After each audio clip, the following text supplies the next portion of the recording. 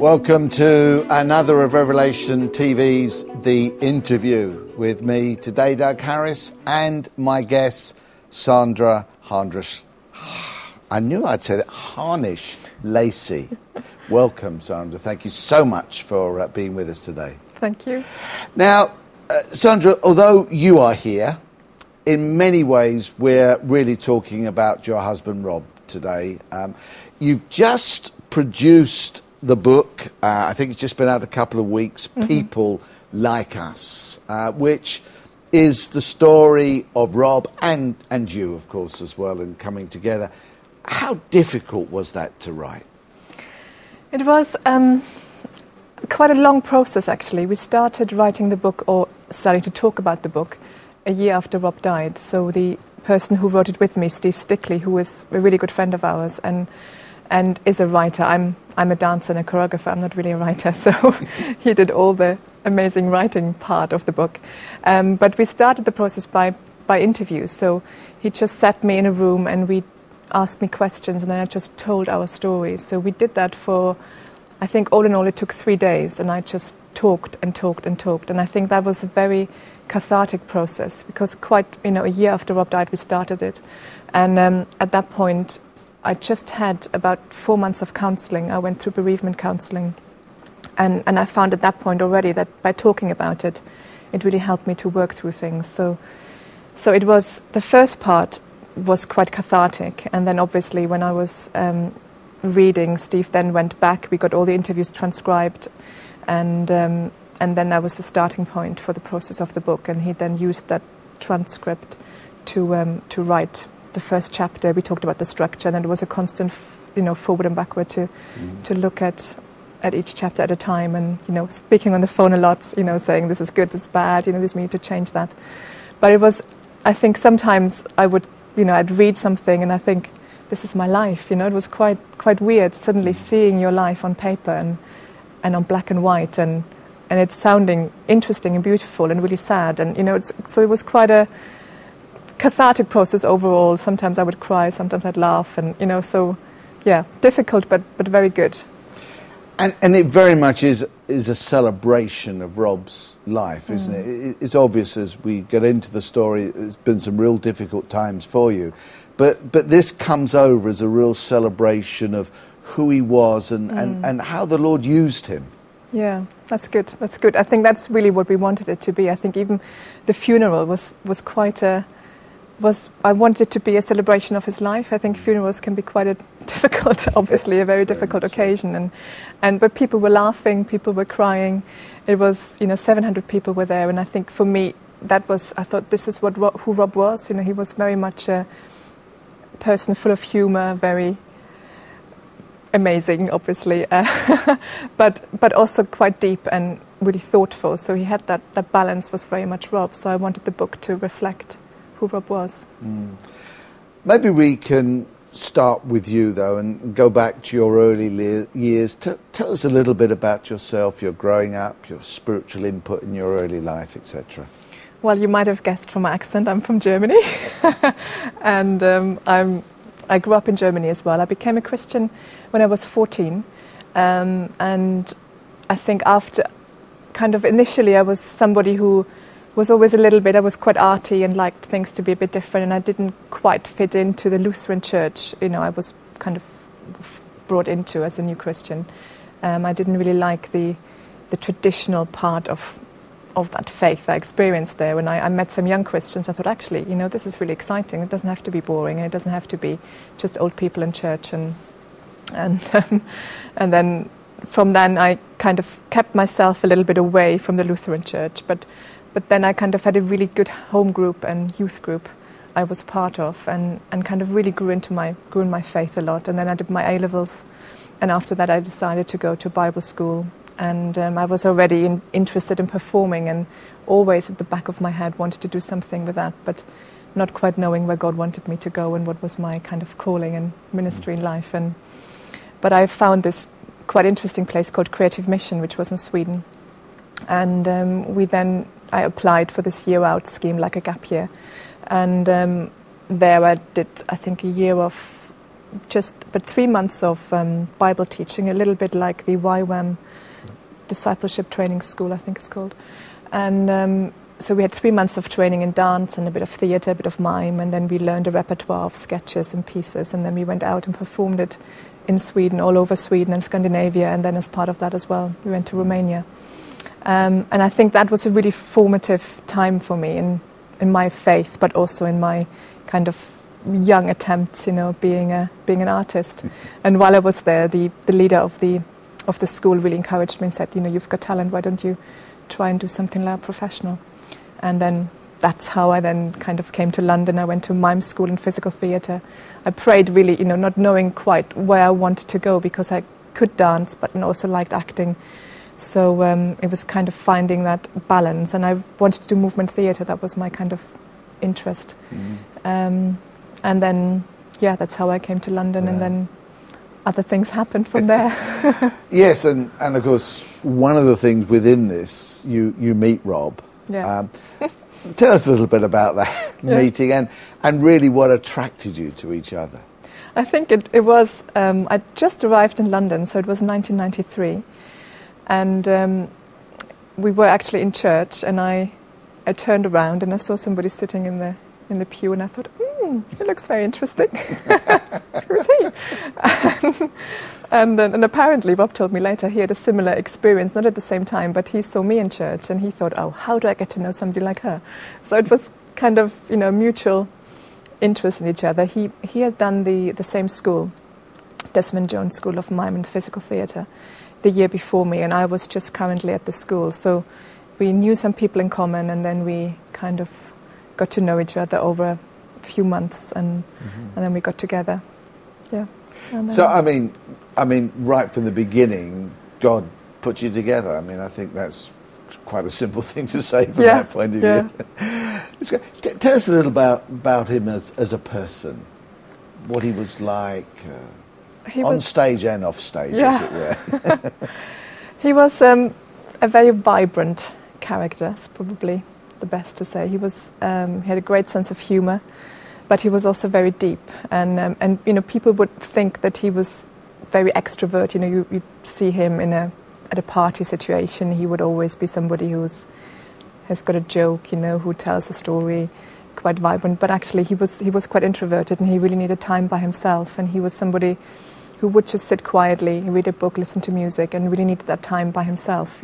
Too many people all the time would tire him out. Whereas I think for me, I'm more of an extrovert all the time. I like people. I like that energy. But he really needed the time for himself, and he was just somebody who really loved people. I think that's what I loved a lot about him. People were very important to him. Even his last days when he was alive, and we were in the hospice, and we'd arrive in the hospice, and he would, the nurse who was greeting him, he would straight away say, what's your name? Rob wanted to know who it was. It wasn't just a nurse, and he didn't like calling people just nurse or, help. So he really wanted to connect with the person. It was about, who are you? You're not just a name, you're a person, you've got a story, you've got something to tell. Yeah. And obviously he had a number of desires, a number of visions which came into being in many ways. And one of them especially, of course, was the Street Bible. And I want to talk about that, but just before we talk about it, we've got a clip of it. So let's watch this clip before we begin to talk about it. Thank you. God says the word.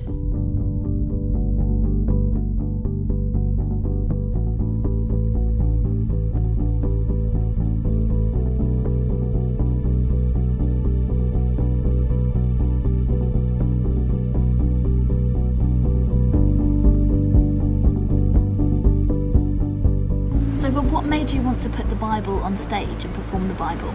It was always told for a long time before it was ever written down. And I think the whole idea of putting it into a language that will hold an audience, it's there in the original text.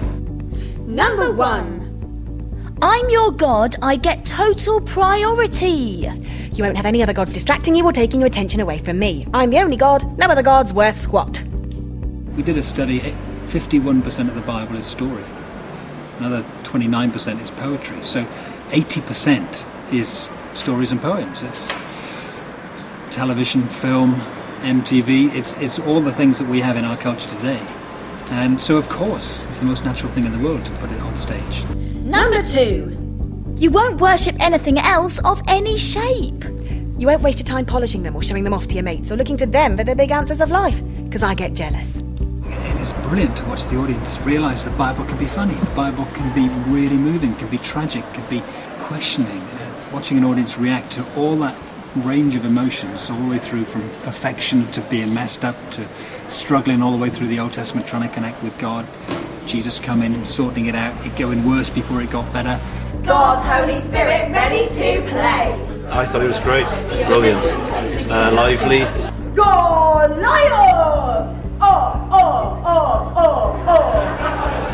It was fresh, it was moving. That my liberator is out there somewhere, he will show. I found it very enthusiastic. There's 12 huge doggy baskets left over. The word home at the beginning, and the word home at the end showed the way the Bible was a whole. Wipe out my mess, wash off my film, clean up my life. Oh, mercy me. They catered for all ages, which was really good. Make babies. We don't have anything like it stateside, so don't miss out. Take in Word on the Street. Airport 3! Number 3. You won't use my name lightly. As some sort of magic word supposed to blackmail me into action. You won't use it as a swear word. If you do, you won't go unpunished. I've been amazed. You always worry when you're performing that somebody isn't going to like the show or isn't going to get to grips with it. But actually I've realised and I've learned that the Bible is relevant to everybody and everybody can get something from it. That the Word on the Street just allows you to see the big picture, which is quite incredible and something I think we can all miss because it's written like a novel. When you're speaking these words out to an audience, it's amazing how they're relevant to so many different people, whether they're young, whether they're old, whether they're from different backgrounds, and just so much fun as well. People are walking away thinking, I've never thought of the Bible as a story like that. And they always see it as a series of chapter and verse, but to see it as a whole, it does. It transforms the way they read the Bible. It's a Bible in just over an hour. I mean, how good is that? The best book in the world in 1 hour.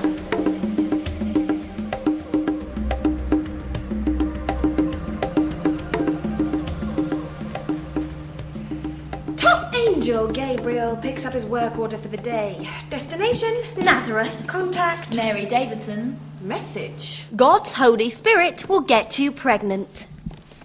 With his liberator. Interesting. Mary's a virgin. She's ecstatic. Joe, her fiancé, isn't. Until Gabriel brings him round to the idea. Meanwhile, all Jews must trek Back to their family hometown. For registration, so Joe Davidson takes his pregnant fiancée To Bethlehem, aka Davidstown. They arrive. Oh, and our waters break. Crisis! No vacancy signs in. Every B&B window. Joe delivers a baby. Ooh. In a shed full of livestock. Moo. bar quack. Old cloth for blankets. Animal trough for a cot. It's a boy. First to hear are The local sheep security team. Via an angel choir. They took it out. And it's true. Next few weeks, the pubs echo with Liberator talk. Liberator talk. Later, Eastern astrologers. Get supernatural cosmic direction. And take their gifts to the miracle baby. Gold, incense oil. And myrrh. The Davidsons moved back up to Nazareth. Then, virtually nothing. A brief glimpse of Jesus at 12. Well, apart from that, all we get is that, well, he's not a typical teenager. He does what he's told.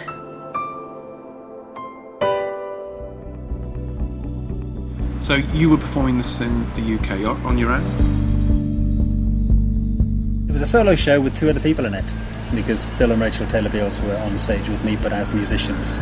The whole idea of getting the words off the page, an ancient tradition that is now, starting to come back into vogue again, and it was like there are other options here. There's no limit to how many performances we can have out on the road. Number 9. You won't lie. Fib or fudge about someone in or out of the witness box. You won't. I was hearing words that not only had I written and thought how they would sound, but also some of them chose scenes from The Word on the Street that I'd also performed, and it was a totally different take. And it was so enlivening to see your words being spoken by another body. It was incredible.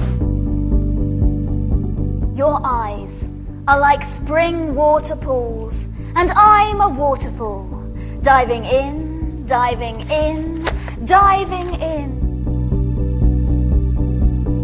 The cosmos in chaos. No shape, no form, no function. Just darkness. Total. And floating above it all, God's Holy Spirit, ready to play. And wow! Stuff everywhere. Loads of emails on what it all means. With God in us, we can bring heaven on earth, bit by bit. My head's held high as you boast about me. Your least priest. Make them toast me. Right through the feast. Boy, does it comfort me.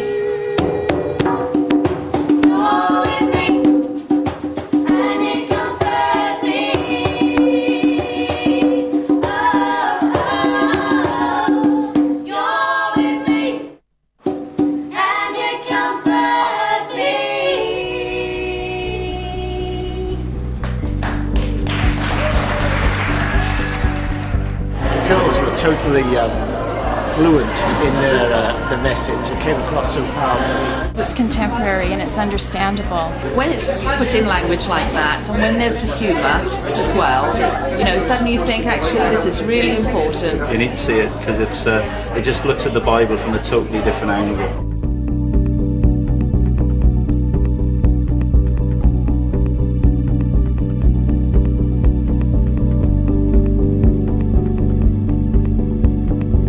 Got a dance troupe doing a dance theatre piece based on Mary's song, Magnificat. And we've got a African guy who's a reggae singer. He's going to do a solo show with acting and singing as well. So get in touch. It'd be fantastic to have a whole range of people, gifted performers, doing their take on the material. And there's no limit. I mean, people need to hear the story. People need to realise that the Bible is packed full of all the issues we wrestle with every single day, and audiences need to see that. So it'd be wonderful. A whole community of artists, the Bible as performance art. Number 10. You won't drool over your mate's wife. Stroke husband. Depending which. Yeah, or anything else that they've got and you don't. You won't.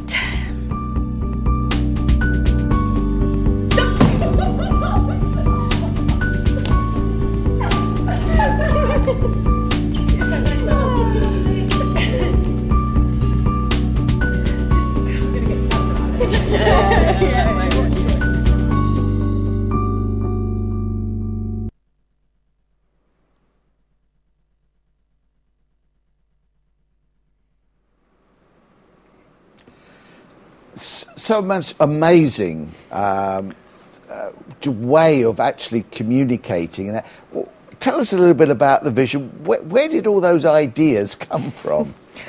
I think a lot of it, I mean, obviously there was the book first, and the book then was the kind of basis for the theatre show. So it went through two processes, I think. First of all, I think Rob's, the whole writing of the book took a year and a bit longer, so he kept on 2 years probably because he was ill as well.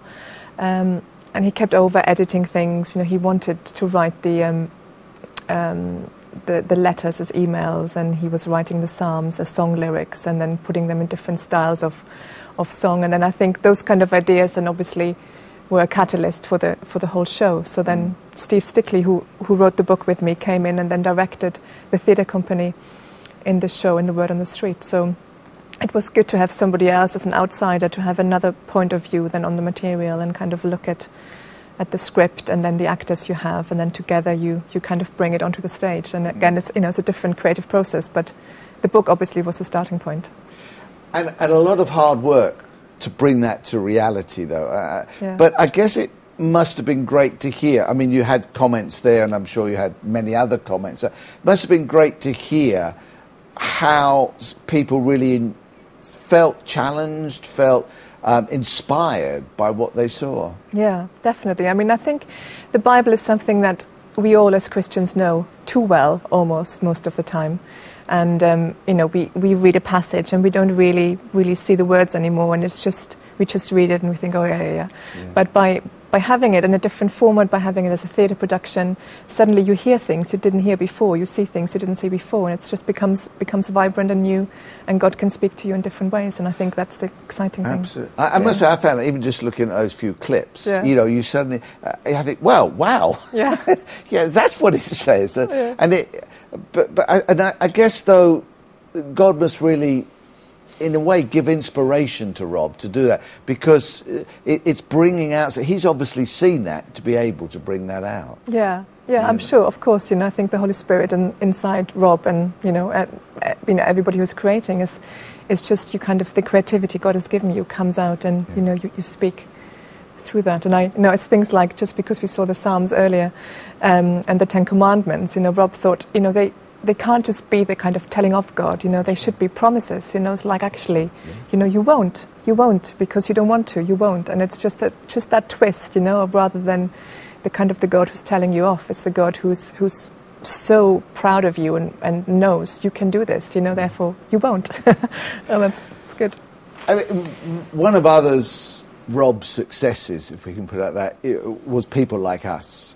So People Like Me. The book is People Like Us, People Like Me. Tell us a little bit about the message that Rob hoped to bring to people with regard to that. Yeah, People Like Me was the first show he'd done as a solo performer. And I think at the time he was going through, you know, different things in his life, and he realized that actually he was often performing to be liked by people.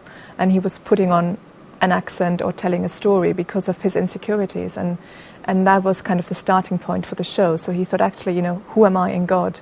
And by the end of the show, he's going through all these characters. He's going almost to a nervous breakdown by the end of it, and then he's kind of, you know, then stepping outside. He had this cage on stage, which was like the set, and he was kind of dismantling the cage by the end and saying, you know, it's through God that I am who I am, and it's, you know, his relationship with me is the most important that counts, and what other people think of me does not matter ultimately, you know. It's that kind of knowledge in that love that God loves you, and therefore you are who you are, and that's good. Now, with all of this, and of course that went on all through your married life, but soon after you get married, and obviously very happy, and you know, it's a great time. It was very soon after that cancer came into your life, and Rob was diagnosed.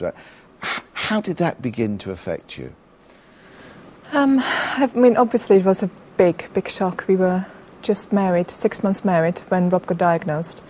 And, you know, for me, it was my whole world fell apart. You know, we were such a happy couple. You know, we were married, we had a little flat. I was training to be a dancer. Rob's work was going well. Everything looked like, you know, the world is our oyster. And suddenly, it's like this big flash of lightning, and everything is different. Life is a totally different experience. And I think also in those days, in the 90s, we didn't have Google. So we couldn't just Google, you know, what does it mean? What is bladder cancer? But a good friend of ours worked in a hospital, and he looked up, you know, different information in the library and then sent it to us. And we knew that the statistics weren't good. You know, bladder cancer is the type of cancer that's incurable. And already at that stage, we knew that God had to do a miracle. Otherwise, you know, Rob's days are counted. And that was obviously a big shock for both of us. We cried, we were upset, we walked around in a daze. It took a while to digest. But I think quite soon after that, we just thought, okay, let's fight this. You know, we've got God on our side, so we'll fight it with God and take a step at a time. So it never really threatened to come between your relationship with the Lord. I mean, you obviously talk a bit about obviously struggling with it for a while, but in the end, you felt it was something that could bring you closer to the Lord rather than take you away. Yeah. I think overall, definitely, that would be, you know, that's right. I think we always our faith was always based on the fact that we don't have, just because we're Christians, it doesn't mean that nothing bad happened to us. You know, life happens and difficult things happen, and it's what we do with it and how we deal with it and how we have our relationship with Jesus as part of that helps us through it. So therefore we never really asked the questions, why us, why me, why Rob? You know, it was more like, okay, that's the reality, that's the situation, let's deal with it, let's, you know, move forward with it, find a way through it. One of the chapters in the book, you talk about this roller coaster, in that all through the treatments, the ups and the downs, and of course especially during the birth of your first child. How did you cope with the constant ups and downs? Because sometimes, you know, you can cope with things as they are, but when they seem to go up and seem to come down, how did you cope with that? I think overall, obviously my faith, you know, our faith was what anchored us in everything and grounded us. We had lots of friends and family, you know, the church was very supportive. We had moved to Cardiff just in 2001, just after Lucas was born. So we had people who could just pop in and drop in. Cardiff's a bit easier to, you know, for that kind of thing. We used to live in London before, and it was very hard for our church friends to just come and drop over because it would take them 45 minutes and they were stuck in traffic. So, but in Cardiff, we had that, you know, tangible support a lot more. And then I think it was just taking a day at a time overall. It was just, you know, one step at a time and try not to, you know, I always had my goals, and I think that was something for me that helped me. I would think, oh, by Easter Rob will be better, or by the summer he'll be better. You know, I had my little things I had to hold on to, looking forward to something, or we could go on holiday and he'll be better by then. Often it didn't happen, and that was, you know, disappointing. But I had one little note in my Bible which said, never give up. And I think that was probably one of these things that kept me going. I think I'm a bit of a fighter as well, so it was just that this is who I am anyway, and it just, yeah. I mean, as a station, we get all sorts of emails and other people hear about folks that are going through similar situations to what you have been through. What advice can you give? What encouragement can you give to people that are going through now what you've been through in the past? I think it probably is not to give up hope, because I think once hope has died, then I think a part of you has died that will be very hard without that. You know, I heard once a little story where it said that if a rat falls into a barrel of water and there's a lid on top and it's total blackness, it's total darkness, it dies within 3 seconds, the rat. But if there's a little bit of light, just a ray of light, it swims for 3 days. So I think that's quite an interesting story to think. You know, if you've got hope, you can keep going, and despite being disappointed and feeling disappointed with God and feel like your prayers aren't answered, and you know, why does this not happen? You know, I've prayed for this, I really believe this would happen. You know, I read in the Bible and it says you will be healed.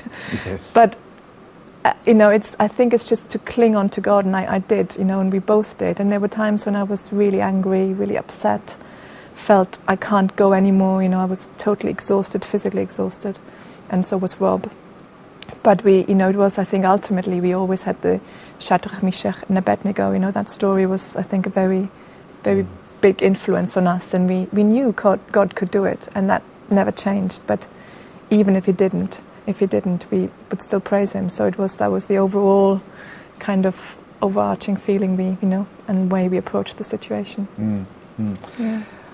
And I mean, of course, it was just 3 weeks after the birth of your second child that Rob died.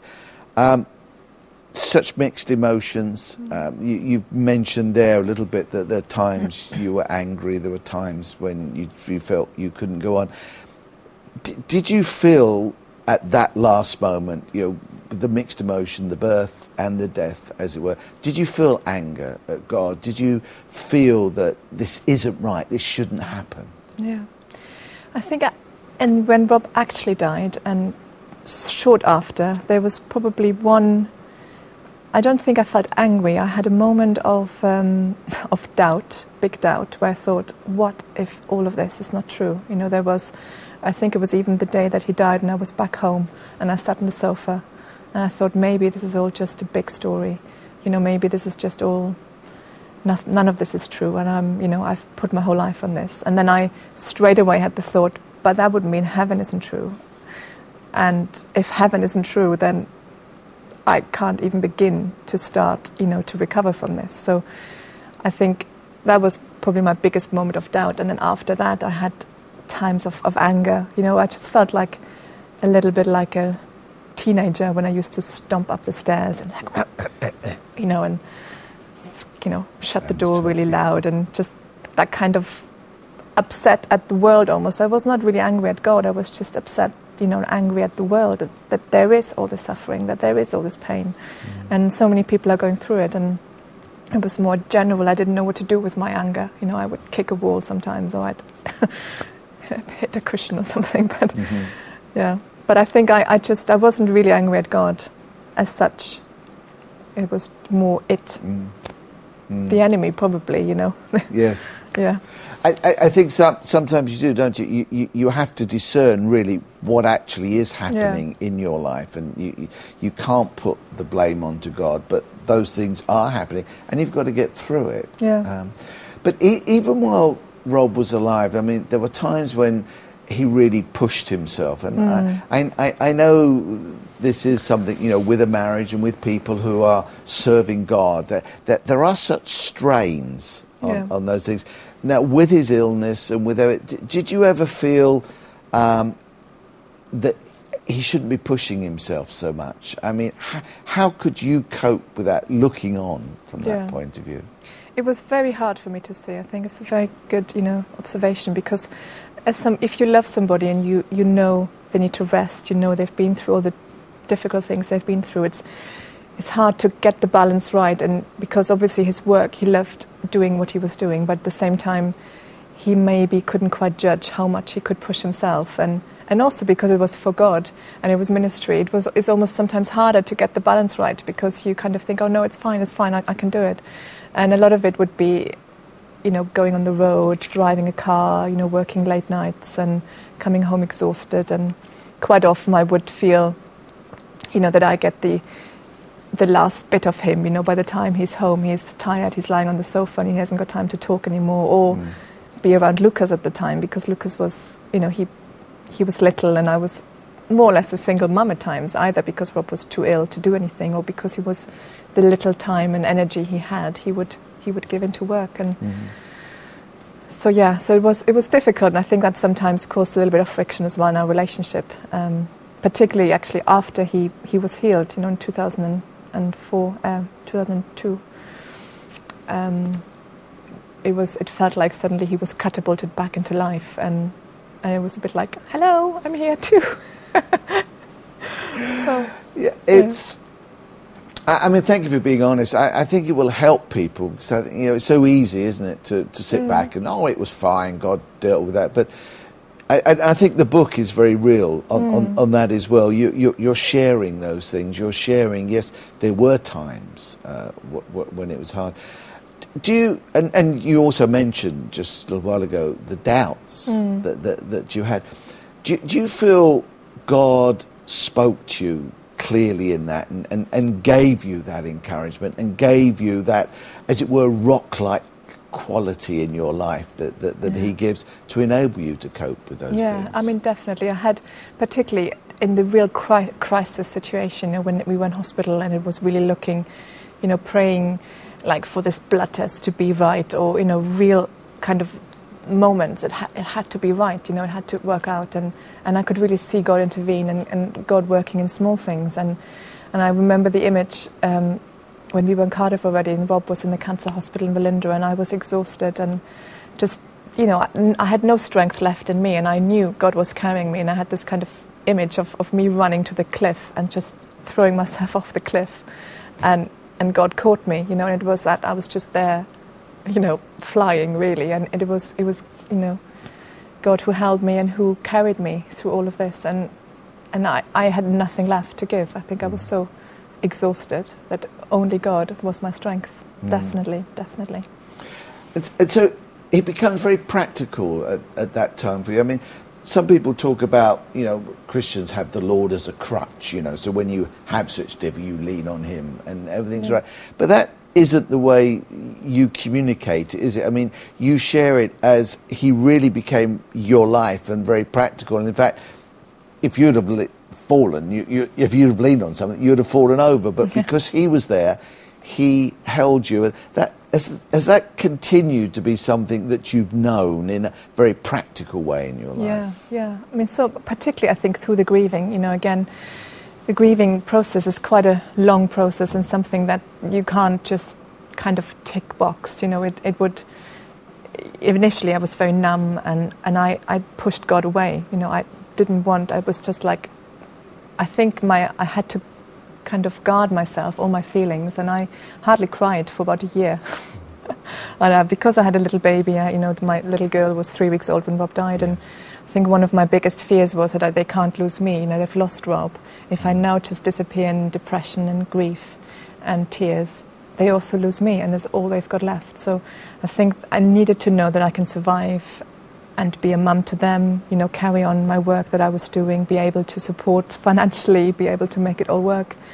And once I think that year passed and I knew I could do it, I then could feel my emotions again and also allow God back into my life in that way. So I think I had this head knowledge in my head all the way through, and I would pray, but it was very much in my head. There wasn't any emotion because I didn't feel much. It was all quite numb. And then once I started to laugh again, I had this Steve, our friend Steve came and we were talking about Rob, and I started to belly laugh for the first time in a year. And that then released my emotions and I could cry. And then after that I could allow God into my life again almost. In that, more into my soul, just feeling him in my heart again. And then, it kind of all the healing process started from then on. And yeah. It's interesting because, if you give counsel to people, you say, you've got to grieve and you've got to... And you almost give them a way that they've got to go through. But each one of us has to go through that way that is laid out for us, isn't it? And you went a totally different way than many other people went. I think that's so important, isn't it? That we find the way that's right for us in our situation and before the Lord. Yeah, exactly. And particularly grief, I think, it catches you out when you least expect it as well. I was, would prepare myself for Lucas's birthday or my little girl's birthday or Christmas, and those days were okay. But it was maybe, the Advent Sunday before that I suddenly felt really, really sad because we were doing something together a year ago and now we're not. Or, it would be unexpected times that it catches you and you start crying and you're unguarded. But that's good. It's just part welcoming that almost and thinking this is good. Just to go with it and not shut it out and not feel I shouldn't be crying. It's a year now that Rob died. I should be over this, but.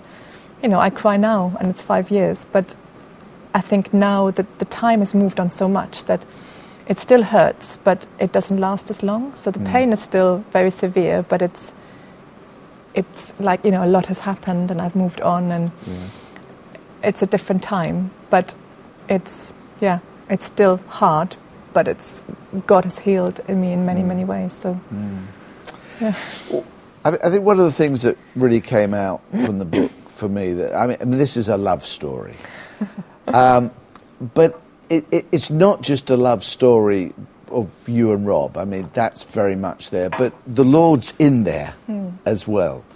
Now, you've mentioned there were times of strain or times when you feel you should be here. I think all wives think that about their husbands at times, but in what practical ways did the Lord really enter into the love between the two of you and the Lord entering into that threefold cord that we often talk about from Scripture? What were the practical things that happened in your marriage that brought the Lord and you together? I think probably because of the nature of Rob being ill, we had to constantly focus ourselves on trusting in God, with everything, with finance, with health, with the next step of our careers, because also we were both self-employed, so it's always, you don't know what job you're doing, and I think God was our anchor point in our relationship. And you know, when we'd pray together, we'd read the Bible together, but it was always quite in a quite natural way. We didn't sit down and have a prayer time, but we would just kind of just speak out a prayer while we're cooking in the kitchen, or so it was kind of, I think both of us always like to find different ways of expressing our faith, and not in a boxed-in way. And I suppose it's the artists in both of us, Yes. to just do things a little bit differently, and don't put God in a box, but kind of also our expression of that is, But definitely it was like our anchor point, holding us together, holding the marriage together. I mean, and do you feel? I mean, you've been through an awful lot over those years, and as you say, you're still not totally over that at this point. Do you feel God has put something within you, the experience, the life, that you're able to share with others, and that you're now able to come alongside others and help them in a way which maybe you could never have done before? Yeah, I'm sure. I hope I will be able to, and I hope the book will be able to do that. And I think I remember a really good friend of mine, she lost her husband, and she became such an important person when I was going through everything, because I knew she knew, I knew she understood what I was going through. It wasn't just empty words, and some, friends like to help, but at the back of my head I think, yeah, but you don't know what it's like, But she did, and I think often God uses you. If you've been through something like this, then you can stand alongside somebody else and just be there, and be at the end of a phone, and just give support and give just an ear if it's all that that's what's needed. But yeah, I'm really hoping the book will help people who go through something similar. I have to say, I'm sure it will, because your heart's there, and it's obvious from that point of view that you want to reach out and you want to touch others, and you've been so honest with it, which I find is so helpful. What is some of your real memories of Rob? Now, we talked about what he was like as a person, and you share that, but what are some of your real memories of him? I think it's probably, we talk about in the book as well, is he had a great sense of humour, and that obviously I've got quite a lot of fun memories of different things. But we used to do one little thing before we in bed, when we were saying goodnight to each other. We had a light switch that you were pulling, and whoever switched off the light at the end would pull a funny face, a silly face, and then the light goes off and you have this funny face in your memory, and that's how you go to sleep. And I think this is probably one of the things I never forget. Often when the light goes off, I think of that, and it's just that kind of, he'd find humour in all kinds of situations, and that was brilliant. I love that. He was also wrote a lot of poetry, didn't he? Do you have a favourite poem? Do you have something that he shared or he wrote that really means something to you? Yeah, I mean, there are a few poems in the book. He wrote many, many more, but there is one in the book that's probably more personal to me, which I really like. And then there's another one that just really talks about his fighting spirit and how his faith was so important throughout the illness. So, yeah, those two. Don't know if you want me to read them or... Please do. Yeah? Yes, please do. This is one of them that he wrote for me, and it's called Those Big Moments. Thank you for those times, those tingle times, those hearing the hidden rhyme times, when eyes watch on action alert, rendering the body inert, as all the energy rallies to support the sense of import that just ticked into now. It hovers and demands our reverential bow to a big moment.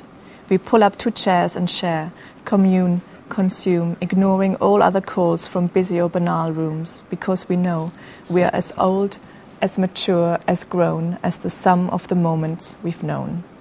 And I think that's, for me, I think this poem is very much, we were married for 11 years, but because I think our marriage was in the face of illness, we had lots of big moments, and even though it was 11 years, but it could have been 40, because we did enjoy when we could, we enjoyed our time together very much. So everything became very heightened, and you know, we lived it rather than just life passes you by. And you said there was another one that you... Yeah, let me just find it.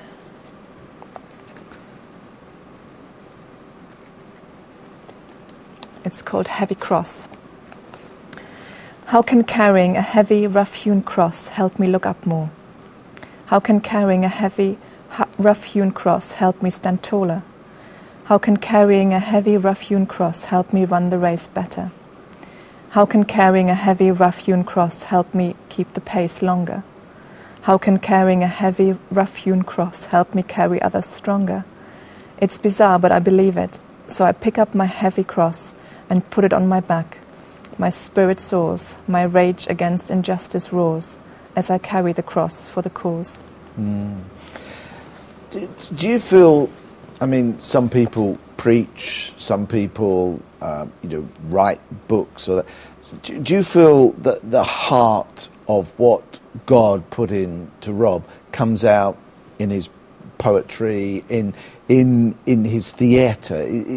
Is that really where it comes out, do you feel? Yeah, definitely. I mean, I think that was very much Rob's, and also my kind of, we are both artists, and I think for us it's about, God speaking through the art, and God is creative. He's the ultimate creator, and sometimes by seeing things differently, like for me within dance, for Rob within poetry and theatre, I think your intellect gets kind of touched in a different way, and your soul gets touched, and God can speak to you differently than through a sermon or through a book that's an expositional, of the Bible.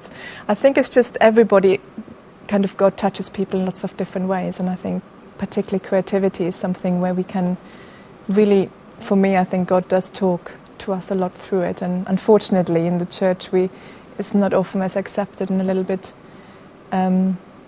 less often used, I suppose. I mean, we do use worship, obviously, and there is bits of theatre, but I wish it would be more integrated overall.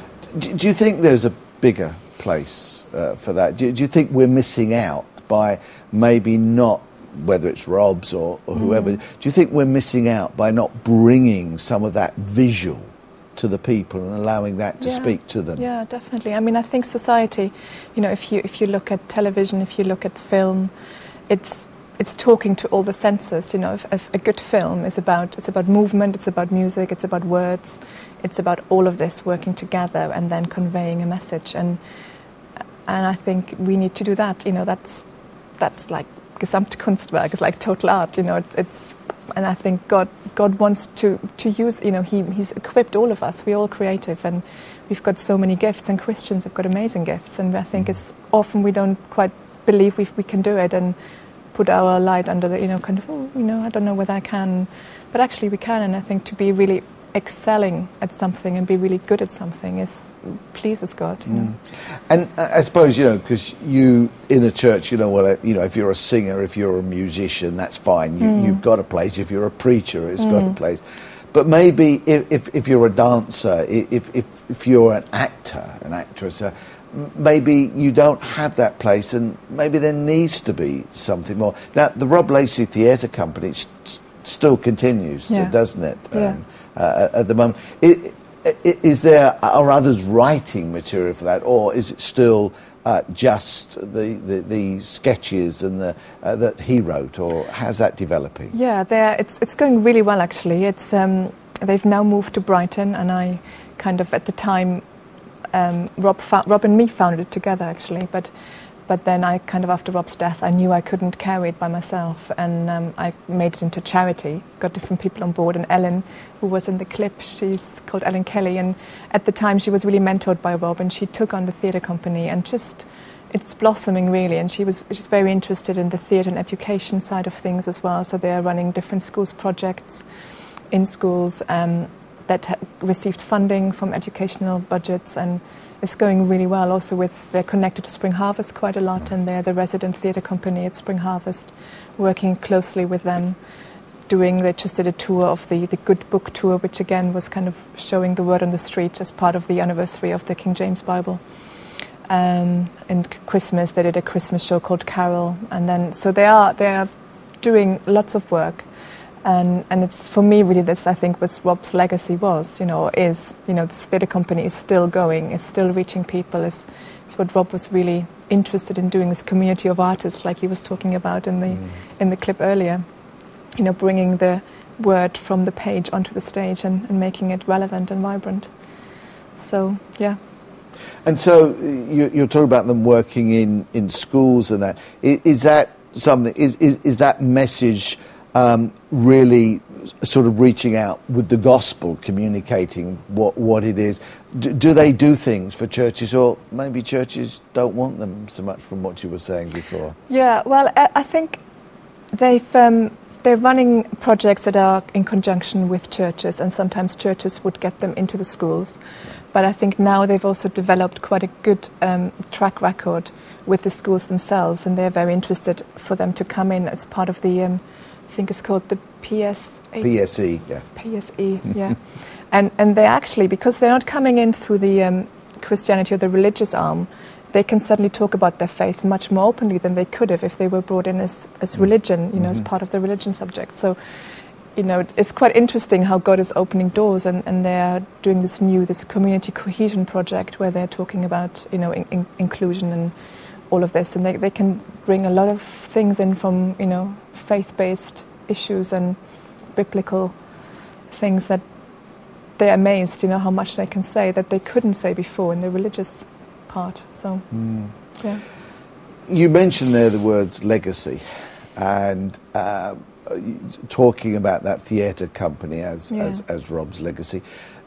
Do you feel that sums up all the legacy he's left behind, or what would you really like people to remember him for? What was the heart of what he was doing that you think, that's Rob, that's what needs today to be seen and understood? Yeah, I think it's hard. I find it hard. I've been asked this question before, because I almost think, obviously, our children are Rob's legacy as well.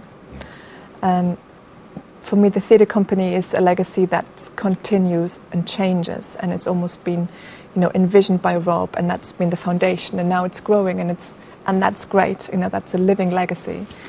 But then, obviously, the books, and particularly The Word on the Street, is something that's there in print. People can read it, and it's something that Rob did. It's his words. It's God using him, and it's a fantastic book, and it still sells, and people still use it. And just the other day, I think there was a program on BBC, and they were using The Word on the Street because of the King James anniversary, and they were comparing it to a really modern version of the Bible. So that's something I think that hopefully will always be there and be used and give something to people. And do you really feel you've captured that in the book? When you sort of look at the book now, is there anything you think, I wish that was in there, or no, I'm content? I guess you're never fully content, because you can always remember more. But is there anything particular you really wish would have been in there? I don't know. I don't think there's anything particular. For me, it's very weird having a book, doing a book, because I've never ever done that before, and I'm used to a creative process with performance and live performance, and I'm never happy. Ultimately, I try to change things. Every show is a little tweak, something a bit different. So to suddenly produce something where it goes and it's printed and you don't have it back is very different, very weird. But of course, there are things I would change if I would do it again. But I think overall, there had to come a point, and Steve said to me, "No, you can't change it again. Sandra, that's it. Don't do it again, because you will always find something you want to change." So, I think overall, I'm happy with it, and it's I think it does what I wanted it to do. It reflects Rob's life and our life together, and his character, and it does what we talked about in the beginning. This kind of the laughter and the tears, and that kind of sums Rob up really. We began this interview talking about you before you met Rob. Now there is a life for you after. So maybe as we come to the last few minutes of the interview, let's share a little bit about you. What are you doing now? How does life go on for you after Rob? Well, I'm a choreographer and I trained as a dancer, and one of my biggest kind of visions really was to choreograph and to create dance, and also to really touch people through it. But I think dance particularly is something that can talk to you beyond your intellect and can really touch your soul, and you're not necessarily analysing it from a intellectual point of view, but it's something, you've got music and you've got words, and they speak together and create a whole. And I've just now, last week, I finished a tour of a new project, which was a big funded project from the Arts Council, and I very much feel called to the secular world and really try and just bring hope, into that environment, and particularly, through dance you can just speak in ways that touches you on a different level. So I've just done this project called Spin, and I used a mixture of breakdance and contemporary dance and parkour as well. I had a big set on stage where the dancers were kind of, running over, jumping over, and the whole idea of the piece was to overcome adversity, to overcome difficulty, and it's how we, there are mountains ahead of us, we have to climb, and are different battles to fight, but at the end of the day, there is something to go towards the light, to go towards that hope, and keep on getting up and running up that mountain again, even though we feel we're not getting anywhere, but is to not give up, basically, and to keep fighting. So yeah. And I mean, you've used that phrase several times, haven't you? Not to give up. It's almost, it seems to sum up really what you have been talking about, because in all that you've been through, don't give up. Don't give up. And the Lord is with you. And I'm interested, you're talking about the secular side, but you're able to bring hope, maybe not overt Christian message, but into that secular world, you are still able to bring hope. Because of what you've been through and because of the Lord you knew, you're able to bring that hope to them, aren't you? Yeah. And I hope so. That's something you're going to continue to do? Yeah. Amen. It's been great talking to you. I really appreciate, and I really appreciate your openness, and I trust people really will have been able to meet you and meet Rob in this time together, and learn from what you've been through that can touch their lives. Thank you very much indeed. Thank you very much, Sandra, indeed. And thank you for joining us today. May the Lord really minister into your lives as well. Thank you for watching. Bye for now.